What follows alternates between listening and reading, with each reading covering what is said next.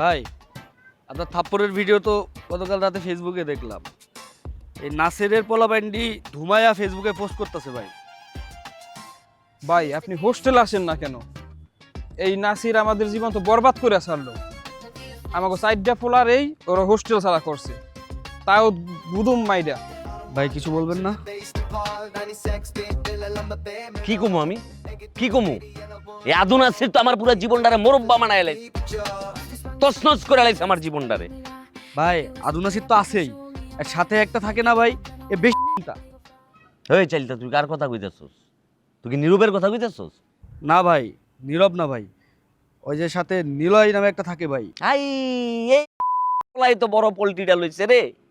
আমি তো ভাবছিলাম যে ওই আমার এজেন্ট, আমি ওরে আদু নাসিরের টিমে পাঠাইছি, ওই আমার খোঁজ খবর আইনা দেব।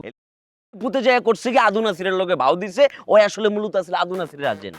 ওই আদু নাসিরের এজেন্ট হয়ে আমাগর লগে মিশা আমাগর গেম বাজাই দিছে। পুরা মনে করছে কি সব ব্যবস্থা করুম আমি, সব ব্যবস্থা করবো। এই তোরা একটা কাজ করবি, আমাগর এমনি করে হইব না, আমাগর প্রতি বিপ্লব করে আবার হোস্টেলে ফেরত যাইতে হইব।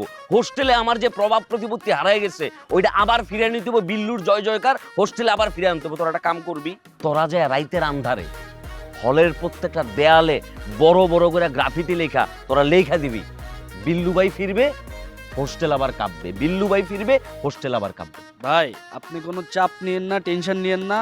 রাতের আন্ধারে ক্যাম্পাসের প্রত্যেকটা ওয়ালে গ্রাফিতি পড়া আঁকায়া লিখা ভরাই ফেলাম ভাই, কোনো চাপ নেই। একদম একদম সেরা চাইতে। আরেকটা কাজ করবি, সবাই 5টা 6টা করে ফেসবুক আইডি খুলবি, বট আইডির বন্যা বয় দিবি, এবং আদু নাসির আর তার চেলাপেলারা যখনই ফেসবুকে পোস্ট করব, প্রয়োজনে যদি ছবিও আপলোড করে ওইটার কমেন্টে যায় তোরা লিখবি বিল্লু ভাই ফিরবে, হোস্টেল আবার কাঁপবে, বিল্লু ভাই ফিরবে, হোস্টেল আবার কাঁপবে।